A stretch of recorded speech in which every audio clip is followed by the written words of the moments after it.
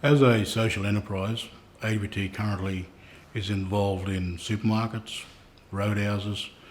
We've got the Daintree Discovery Centre, which is a investment property on the east coast. We own the Doomadgee Roadhouse, which caters for a community of 1,500 people in groceries, fuel.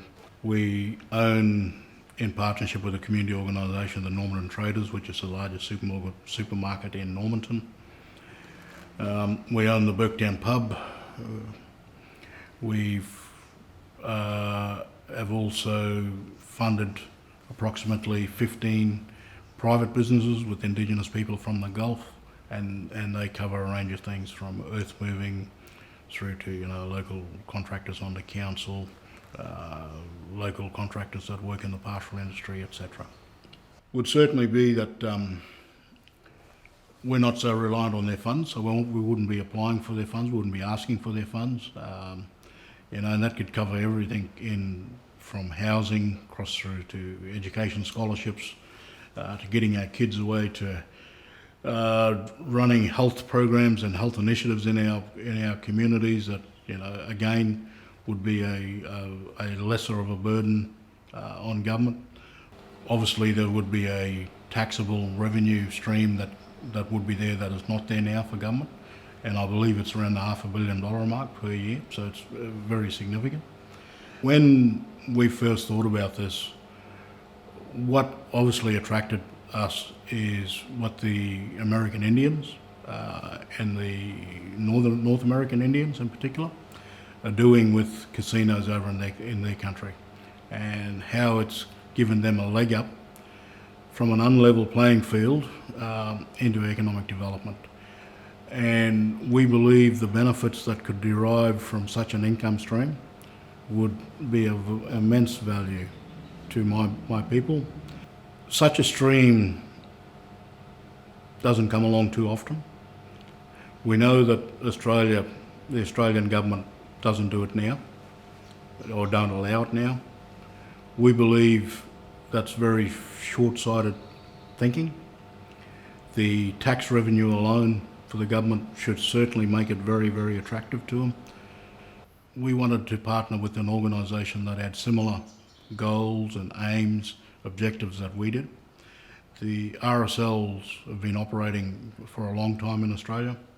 They are authentically Australian, and we wanted to work with a genuine white mainstream organisation, and the RSL fits that.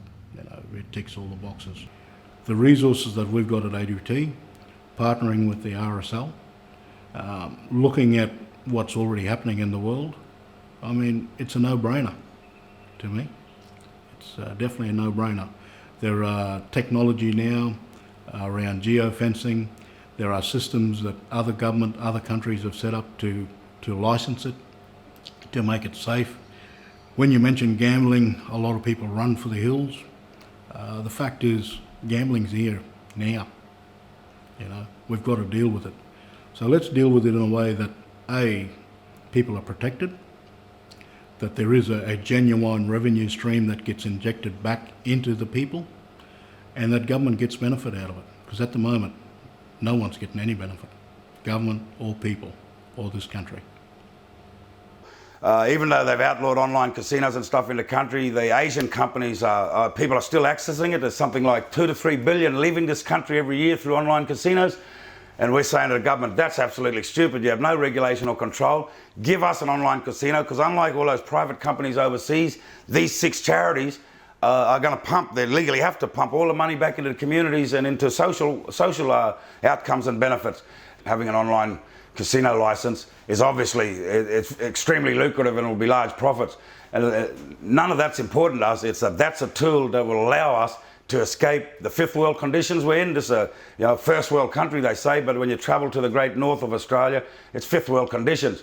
Profits from an online casino, just like any other business ADBT is involved in, would be used to go back into the community to develop the different layers of economic development that need to be developed. Not just communally large owned businesses by the tribes, but you must establish family-sized businesses too, and individual businesses, so that that's the 3 tiers of economic development, and so that we're conversant and strong in all three levels. They know the figures, roughly around $3 billion a year, and they're not getting $1 in tax. Therefore, it's all escaping this country, so they're not benefiting. No one in this country is benefiting. And more importantly, it's going to private people. We're telling the government you'll be able to regulate, control it, and it's only the one licence. There's a pilot test project with us, and look at the 6 groups, the RSLs from all around Queensland, Return Service League, and ADBT, all charities, all have to return their profits back into good social outcomes. One, to clog a gap. Secondly, a great economic opportunity, not for the money or the wealth, but for how the wealth will be able to help our people in the communities get off welfare, get off control, and go and buy other businesses around the country that are really strategic. Why has Greenbank RSL and other RSLs and ADBT become involved in this process? Well, the simple fact is that over the last 10 years, competition has grown, the cost of operating businesses has grown, and the ability for us to flow those additional funds back into community welfare and support and education has diminished. A number of years ago, we looked at various options to diversify our bricks and mortar business, and one of the things that did show up very, very strongly was the online gaming. The operation of the tribal casinos in the United States is a very good example of how social enterprise and how a community-based organisation and structure does work. Particularly the Indian tribal casinos in California, they still do pay taxation to the Californian government, but importantly they cover the other social enterprise and infrastructure components of schools, hospitals, ambulance, fire brigade, police, and that's very, very important and creates a very, very strong community engagement. What we refer to as online gambling is the online casino style table games. What is currently illegal in Australia is that type of product. So online blackjack, roulette, baccarat, sickbo, etc. Gambling environments already exist in Australia and overseas. So the important part to note is that we are not creating a new gaming environment. We are regulating and licensing our current environment that exists. The number of illegal online casinos approaching Australia or targeting Australia grows and varies from time to time. The federal government has cut access or shut down a number of those over the years. However, at constant record, around about 2,000 illegal offshore casinos do target Australia on a day-by-day basis. Illegal online casino gambling is touted to be around $5 billion per annum, and that comes from UK sources, Regulus partners. Of that $5 billion turnover, it's estimated that the net revenue from those operations is close to $2 billion per annum. The $2 billion that does leave Australia in the revenue is a leakage for the Australian government in terms of taxation, but it's also the unregulated environment around age and ID verification and other player protection mechanisms. Australia does not have any geofencing technology implemented at this stage, hence the number of online casinos that do target Australia. Other jurisdictions in the world have geofencing technology, and that is within the United States in terms of some of the states over others, as well as in the UK and other areas around the world. The ability for Australia to geofence can be done holistically, or it can be done state by state, so the technology does exist. What we are seeking approval from the federal government for is for them to regulate and approve the full suite of online casino games, so that A, the government does receive the taxable benefit from that, and B, and most importantly, that the consumer is protected against age and identity theft. My name is Dermot Smurfit. I'm the CEO of GAN PLC, a publicly traded internet gambling technology solution provider, principally to major US casino operators in the United States. Our company designs and builds complex enterprise software solutions, which we install in various different countries around the world. We're a highly regulated entity. We're a company that believes that regulated internet gambling is a trend that will continue. In Australia, for the last 25 years, ever since the internet was developed, Australians have been losing money playing pokies and table games online to companies that are established typically in jurisdictions around the edges of Australia. All of these internet websites are located outside the reach of the Australian government. And Australians, even today, are continuing to play on these illegal, unlicensed internet gaming websites. Australia is a multi-billion-dollar market for internet gaming. That's a fact. It is. It still continues to be so. That activity should be regulated. It should be contained and properly conducted by responsible retail gaming operators in various different states of Australia.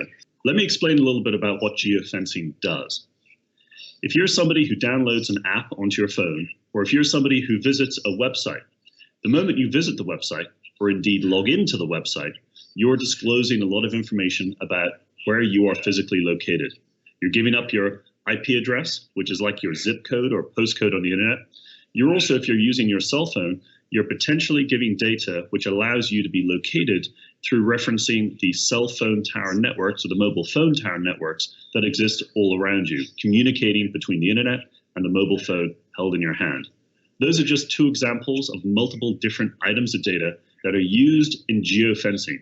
And geofencing is literally the procedure or process by which you put digital fences around certain countries, or within those countries, certain states. So for example, if Queensland decided to regulate internet gaming, they could put geofencing reliant on software solutions delivered by GAN or others, and ensure that Queensland residents are not allowed to gamble on a mobile phone or on a website the moment they step across the border into the neighboring states.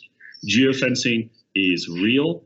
It's bulletproof. It's been proven in the United States since internet gaming launched in November 2013. And it's something which is incredibly successful at ensuring the residents of those individual states are properly protected from the predatory business practices of illegal gambling websites which exist and proliferate and are available to Australians in large numbers even today.